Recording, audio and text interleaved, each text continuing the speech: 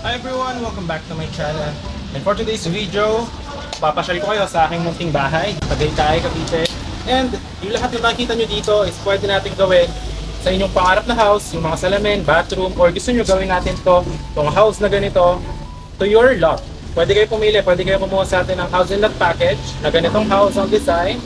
Pwede rin naman, pumili kayo 100 square meter lot, 200 or 300. Gawin natin itong design na to sa inyong pangarap na bahay. So tara, pasok tayo. Yes. So, ito yung ating tahanan. So, yun guys. Ito yung ating door na ginawa. Fabricated yan, metal, all metal siya. So, pwede natin customize yan to your house for the main door. Yung mga salamin, pwede kayo mamili. Itong ginawa natin one-way mirror. Pwedeng kita nyo sila sa labas, hindi sila kita sa loob. Pwede rin naman na kita nyo yung transparent lang. Then for our sliding windows, ayan, pwede kayo mamili. Pwede na ganito, tinted, tapos with screen. Pwede gumagawa rin tayo ng screen or anything. Ito yung view to my house. Ayan siya, napakalawak. Pwede tayo gumawa sa house nyo ng ganitong terrace. Tapos ginawa natin na malaki yung ating sliding windows para sa natural light. Saka maaliwala siya. With screen naman yan, lalo pag gabi, perfect na perfect. So tara, pasok tayo sa munting house natin. So ito yung ating ginawang house. Ito yung ating munting house guys, and then yung ibang mga awards natin.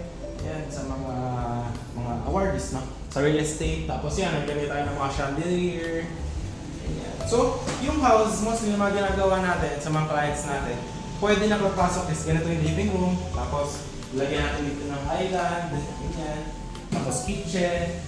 So yan, yan yung ginawa natin sa house natin. Yan. Pwede rin natin gawin sa lot nyo, sa house, or kung may house na kayo existing, pwede natin gawin yung ganitong design dito sa house nyo. Yan, island, tapos meron ka dito high chair, yan, tapos magkakape-kape ka sa umaga, ganyan. Sa umaga, diba, coffee-coffee ka. So perfect na perfect. And then ang maganda, itong view, yan, yung mapapansin nyo, maliwala siya. Buksan mo lang to. Ano, open air na yan guys, oh. Ayun, oh, di ba? Perfect na perfect. May screen yan pag gabi. Ayun, hindi kayo lamukin. Yan, di ba? Napakaganda. So yan, pwede natin gawan yung house nyo rin or yung papagawa nyo sa aming house na ganito rin yung design. Ibahin lang natin, customize natin for your needs. So ito yung kitchen. Kitchen, ayan, kita nyo.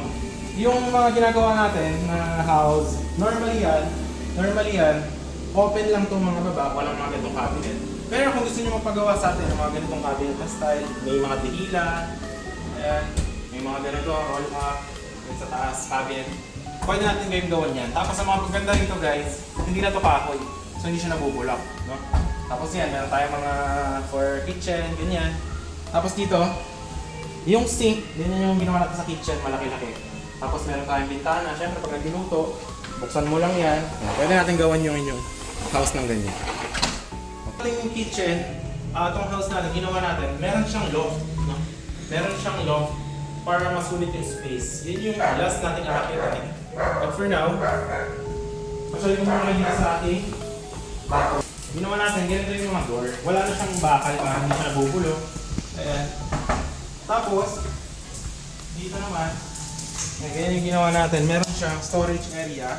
Actually ito, may washing machine dito or your washing room. Ayan. Tapos dito naman, yung ating bathtub. Ayan. Meron siyang bathtub. Ayan. Meron siyang bathtub, may ganyan. Tapos may mga cabinet. Makapansin nyo guys. Ayan.